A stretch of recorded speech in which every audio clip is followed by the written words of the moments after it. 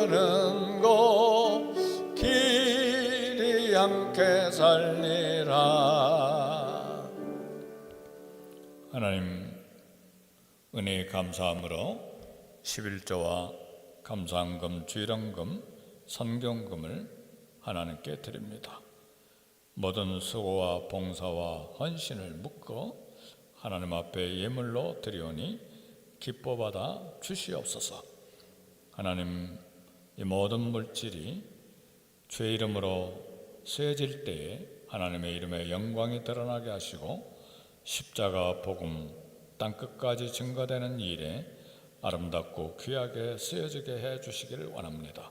교회가 든든하게 세워지며 하나님의 영광을 위한 교회, 하나님이 기뻐하시는 교회로 성숙하고 자라는 교회가 되게 해 주옵소서.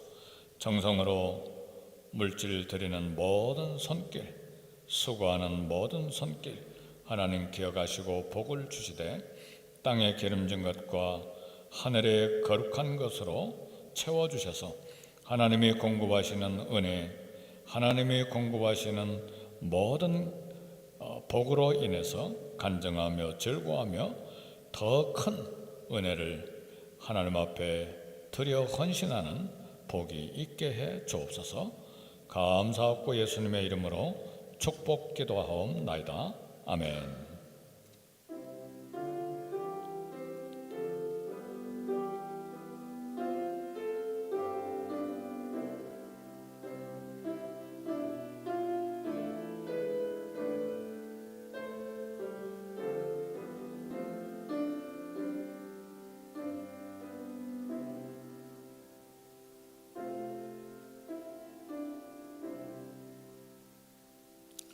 우리 하나님 말씀은 고린도 전서 13장 8절에서 13절까지, 고린도 전서 13장 8절에서 13절까지 우리 교독하겠습니다.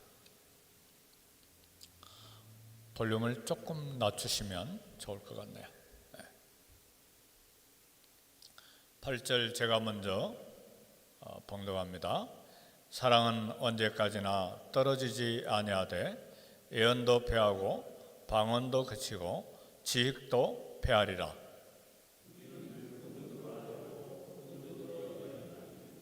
온전한 것이 올 때에는 부분적으로 하던 것이 패하리라.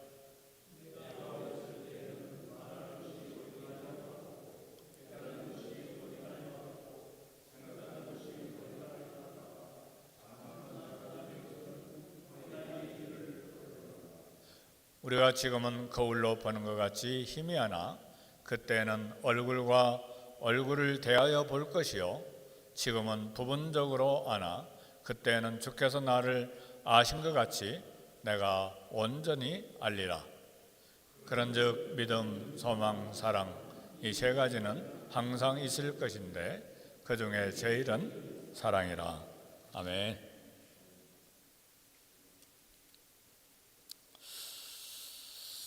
오늘은 마더스데이입니다.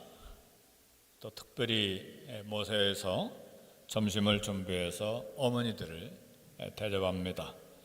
이렇게 대접하는 우리 전도의 회원들이 자랑스럽습니다. 매우 가난한 어머니가 있었습니다. 하루는 고등학생인 아들이 책을 사달라고 어머니에게 이야기했습니다. 아들을 사랑했던 어머니는 책방으로 달려가서 아들이 원하는 책을 샀습니다. 그날 밤에 어머니는 평소와 달리 머리에 수건을 두른 채 잠자리에 들었습니다.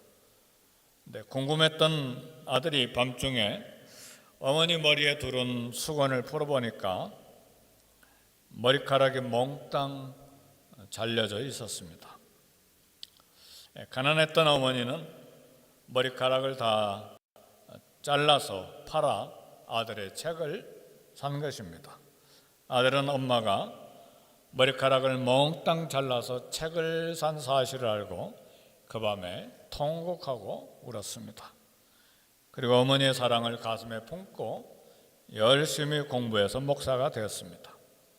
그 목사님이 우리가 잘 아는 청계천에서 활빈교회를 개척하고 두레마을에서 두레교회를 개척한 김진홍 목사님입니다. 아직도 살아계시죠? 그리스어의 스톨게라고 하는 사랑 단어가 있는데, 스톨게는 부모가 자식을 사랑하는, 또 한 부모 밑에서 자란 형제들이 사랑하는 그런 본능적인 사랑, 혈통적인 사랑을 스톨게 사랑이라고 말합니다. 어머니 사랑은 조건이 거의 없죠. 본능적으로 사랑하고 또 혈통적으로 사랑하고 이 사랑이 끝이 없습니다. 순결한 사랑이죠. 그래서 어머니를 기억할 때면 그립고 가슴이 뭉클하고 눈물이 납니다. 그래서 우리 여성들을 보면 60대, 70대가 되었는데도 놀랄 때는 엄마 그래요. 할머니가 다 됐는데도 엄마 그래요. 그만큼 엄마의 위치가 가슴에 묻어 있고 또 심겨져 있다고 그렇게 생각합니다. 사람들 대부분 어머니 사랑, 부모 사랑을 오랜 세월 후에 깨닫습니다. 자녀를 낳고 키워보면서 뒤늦게야 부모의 사랑을 깨닫는 경우도 있고, 철이 덜 든 사람들은 부모님이 세상을 떠난 후에야 이제 비로소 부모의 사랑을 뒤늦게 깨닫는 경우도 있습니다. 우리는 옛날을 아름답게 추억합니다. 그러나 많은 세월 철없이 행동하고 살아왔습니다. 어린 시절이 다 아름다운 것은 아닙니다. 생각도 말도 행동도 다 유치했습니다. 사람은 어린아이에서 어른으로 자랍니다. 어른이 되면 생각에 좀 성숙함이 생기고 철든 행동, 철든 말, 철든 생각을 하게 됩니다. 근데 남자들은 철든 게 좀 느리다고 그러잖아요. 그렇죠? 그래서 여전히 60대, 70대가 돼도 철이 안 들어서 생각하고 말하고 행동하는 것이 어리숙한 것이 많습니다.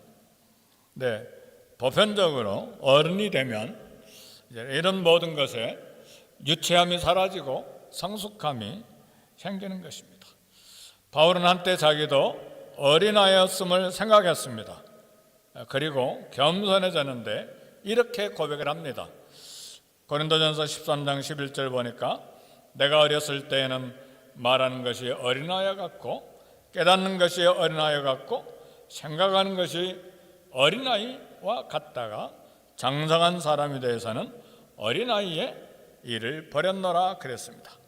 바울은 자기도 어린아이와 같은 때가 있었는데 느끼고 생각하고 행동하고 말하는 것이 유치한 어린아이와 같다고 고백을 했습니다. 그리고 장성한 사람, 어른이 돼서는 아이 때의 말과 생각과 행동을 버렸다고 했습니다. 바울 자신이 어린아이와 같았던 시절은 예수님을 믿기 전 미성숙한 때입니다. 바울은 주님을 만나기 전에 자기는 똑똑하고 자기는 훌륭하고 자기는 대단하고 자기는 위대하다고 생각을 했어요. 그에게는 그렇게 자랑할 만한 뛰어난 율법 지식이 있었고 학문에 대한 많은 지식이 있는 바리새인이요 그리고 랍비였습니다. 그래서 그는 자신을 최고라고 생각했고 자부심이 대단한 사람이었죠. 이게 다 어린아이와 같고 깨닫는 거, 생각하는 거, 말하는 이 모든 것이 다 어린아이와 같은 바울의 어린 시절의 모습입니다. 근데 바울은 예수님을 만난 후에도 열정 하나만 가지고 사람들을 전도하려고 했어요. 그러나 바울을 인정해 주거나 믿어 주거나 받아주는 사람은 아무도 없었습니다. 그래서 바울은 아라비아 사막에 가서 3년을 보냈어요. 그리고 고향 다소에 가서 14년이란 긴 시간을 보냈어요. 아라비아 3년, 고향 다소에서 13년 무엇을 했는지 우리는 아무도 모릅니다. 마침내 바울은 안디옥 교회로부터 부름을 받았습니다. 그리고 바울은 안디옥에서 가르치고 목회하면서 어른으로 성숙했습니다. 디모데전서 1장 15절에는 드디어 고백합니다. 죄인 중에 내가 괴순이라. 그리고 바울은 복음이 무엇인지 정확하게 알고 그 복음을 정확하게 전달할 수 있었습니다. 첫 번째로 생각할 것은 일시적인 은사들입니다. 오늘 본문 8절에 보니까 사랑은 언제까지나 떨어지지 아니하되 예언도 폐하고 방언도 그치고 지식도 폐하리라. 우리 사람들은 이 땅에 살면서 되도록이면 더 많은 것을 누리면서 더 잘 살아보려고 몸부림을 칩니다. 그러나 늙게 되면 죽음 앞에서 돈도 쓸모없고 명예도 쓸모없고 권력도 별로 쓸모없는 것을 알게 됩니다. 죽으면 모든 것이 사라지고 몸은 땅에 묻혀서 썩어지는 것이 인생입니다. 우리 이 땅에서 없어지는 것들, 소멸될 것이 무엇인지를 아는 사람들입니다. 이처럼 이 땅에서는 목숨도 영원하지 않고 돈도 권력도 결코 영원하지 않습니다. 우리는 세상의 일시적인 것들로부터 영원한 것으로 옮겨온 사람들입니다. 고린도 교인들이 좋아하는 은사는 예언 은사, 방언 은사, 지식의 은사였어요. 그러나 예언의 은사는 필연적으로 중단되고 분명하게 없어지는 것들이죠. 방언의 은사도 사라지고 지식의 은사도 계속되지 않을 것이 분명합니다. 그런데 고린도 교인들은 사랑은 없이 눈에 보이는 은사만 가지고 계속해서 다투고 파가 생기고 교회를 복잡하게 힘들게 만들었습니다. 바울은 성령께서 주신 은사라고 해도 무조건 영원한 것이 아니라고 오늘 본문에서 이야기합니다. 분명히 방언, 예언, 지식 이런 은사가 거룩하고 가치가 있지만 결코 영원한 것이 아닙니다. 그래서 9절 10절에서는 뭐라고 이야기합니까?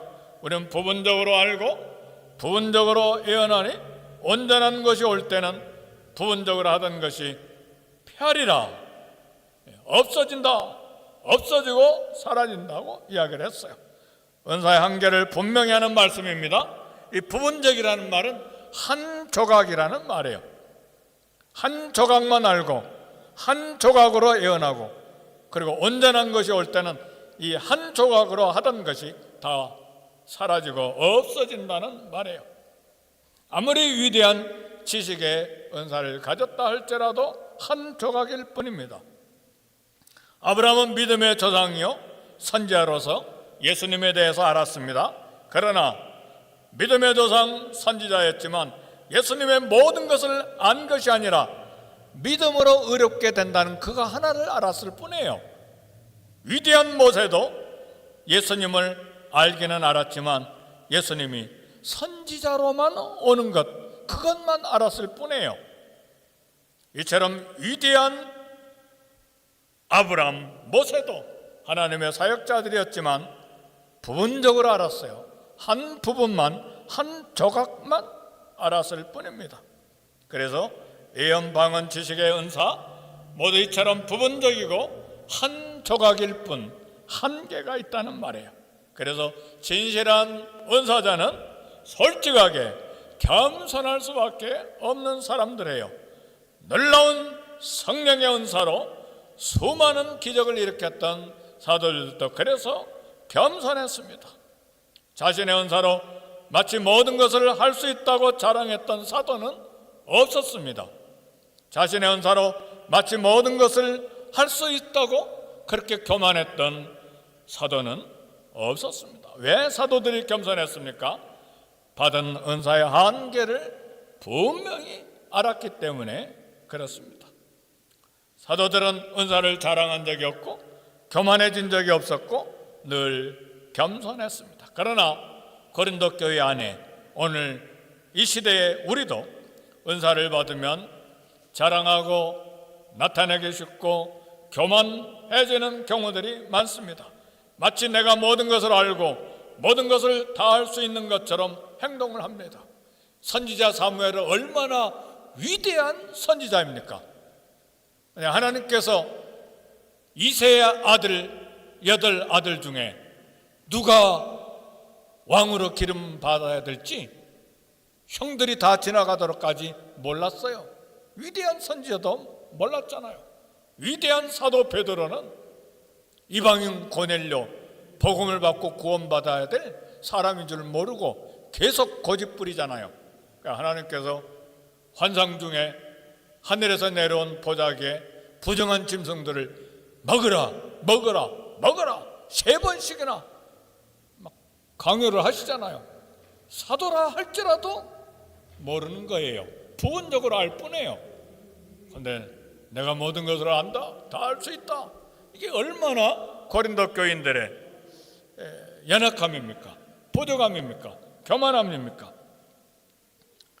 이런 생각과 행동이야말로 자신의 무식함을 스스로 드러내는 모습입니다. 크고 위대할수록 한계를 뚜렷이 알고 자랑의 기회를 삼는 것을 조심해야 되는 것입니다. 두 번째로 생각할 것은 버려야 할 어린아이의 일입니다. 바울은 어렸을 때 말하는 것, 미성숙했을 때 깨닫는 것, 유치한 때에 생각하는 것이 다 어린아이와 같다고 했어요. 말과 깨닫는 것, 생각하는 것이 어린아이와 같다는 것은 아직 미성숙이 있고 유치함이 있고 아는 것이 한계가 있다는 것을 말해요. 부분적으로 알고 한계가 있음을 말하는 것입니다. 어린아이들은 자동차 장난감, 공룡 인형들 선물로 받으면 뛸 듯이 기뻐합니다. 화장실 갈 때도 가져가고 잠잘 때도 잠자리 옆에 두고 잠을 자고 어떤 때는 밥을 먹는 것을 읽고 장난감을 가지고 노는 것을 봅니다.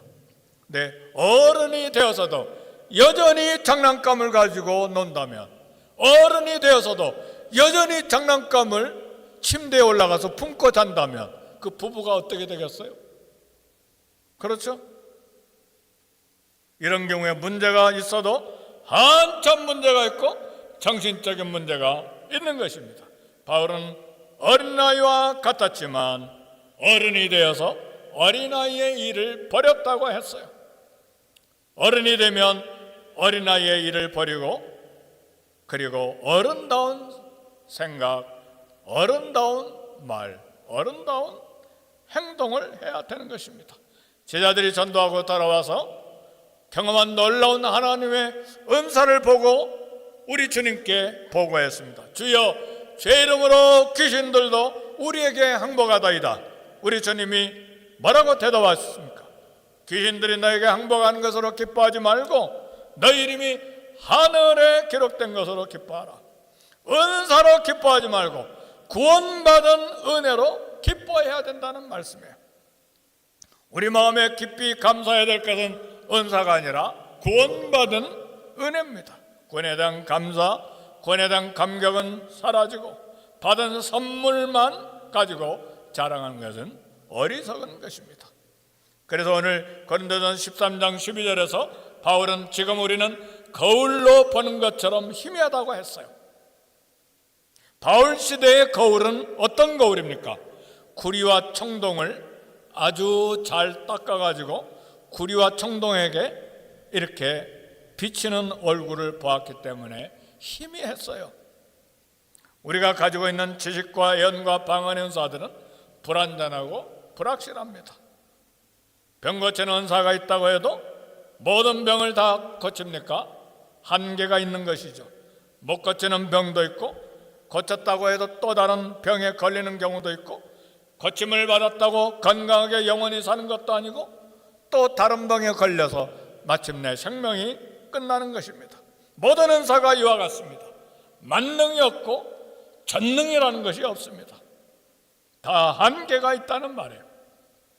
바울은 주님이 오실 때는 얼굴과 얼굴을 대하여 볼 것이라고 그랬어요. 예수님이 오시면 얼굴과 얼굴을 대하여 보게 될 것이라는 말은 온전히 알게 된다는 말이에요.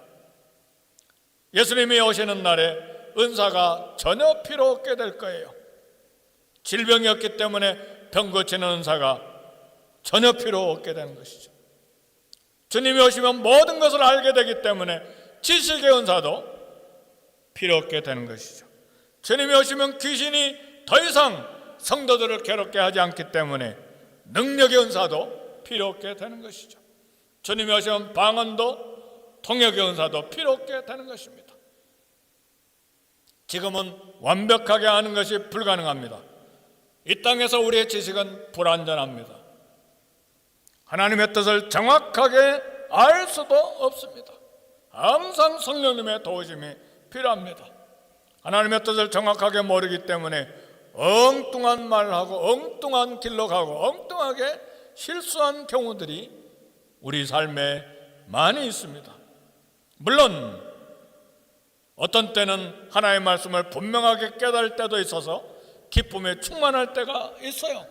어떤 때는 호기심이 가득한 어린아이처럼 어른 손을 뿌리치고 앞으로 달려가는 경우도 있습니다. 그러나 그런 경우에 어른들이 빨리 붙잡지 않으면 자동차가 부딪혀서 대형 사고가 나는 거예요.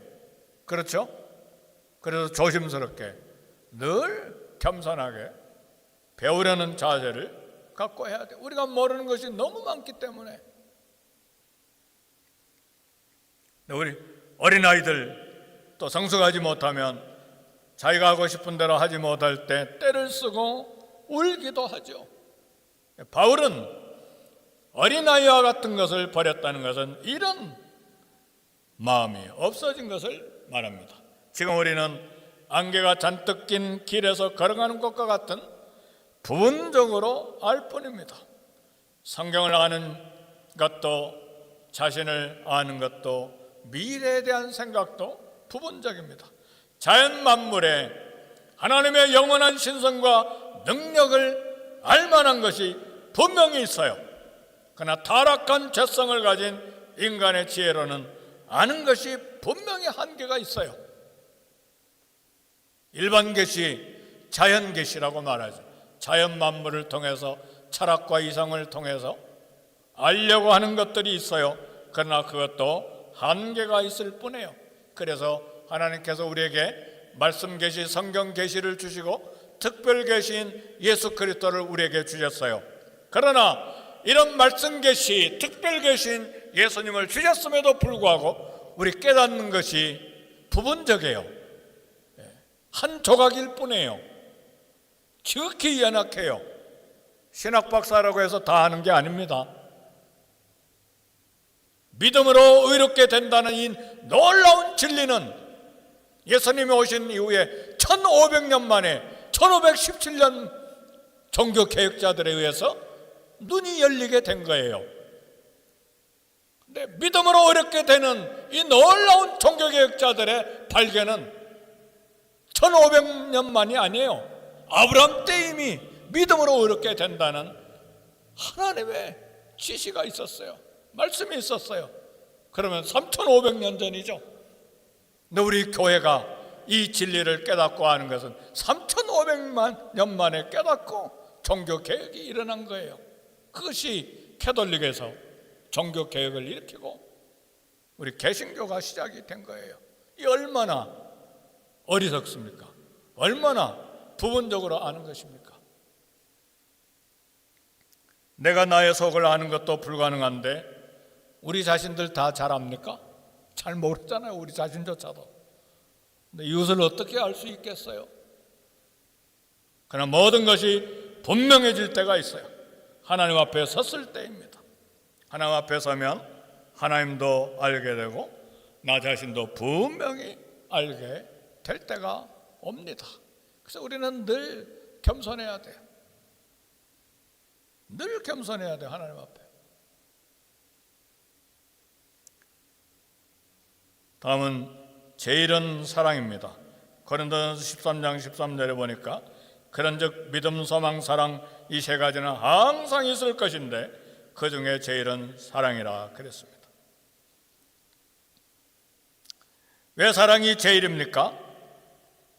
예언방언 지식도 패하지만 사랑이 항상 있을 것이기 때문에. 사랑은 언제까지나 떨어지지 아니한다고 했어요. 사랑은 떨어지지 아니하고 우리의 삶을 무너지지 않고 세워준다는 말씀이에요. 사랑은 오래 참고 온유하며 성내지 아니한다고 했어요. 부모는 자녀가 실수할 때 그 실수를 반복해도 잔소리 대신 묵묵히 지저귀를 채우면서 성장할 때까지 기다리죠. 사랑은 예수님의 오래 참으시는 따뜻하고 부드러운 사랑에서 출발합니다. 사랑은 자랑하지 아니하며 교만하지 아니하며 무례히 행하지 아니하며 자기의 유익을 구하지 아니한다고 했어요. 내 성공을 자랑하면서 상대에게 열등감을 느끼게 하는 것 역시 사랑이 없는 교만입니다. 진정한 사랑은 자기의 유익을 구하지 않는다고 했습니다. 하나님이 독생자 예수님을 우리에게 주셨듯이 사랑은 자신을 희생하고 봉사해서 상대를 행복하게 만드는 것입니다. 사랑은 성내지 않고 악한 것을 생각하지 아니하고 불의를 기뻐하지 아니한다고 했어요. 사랑은 과거의 악을 기억하지 아니하고 상대방의 죄를 용서하는 것입니다. 상대방과의 관계가 깨어지는 가장 큰 이유는 성내는 것이죠.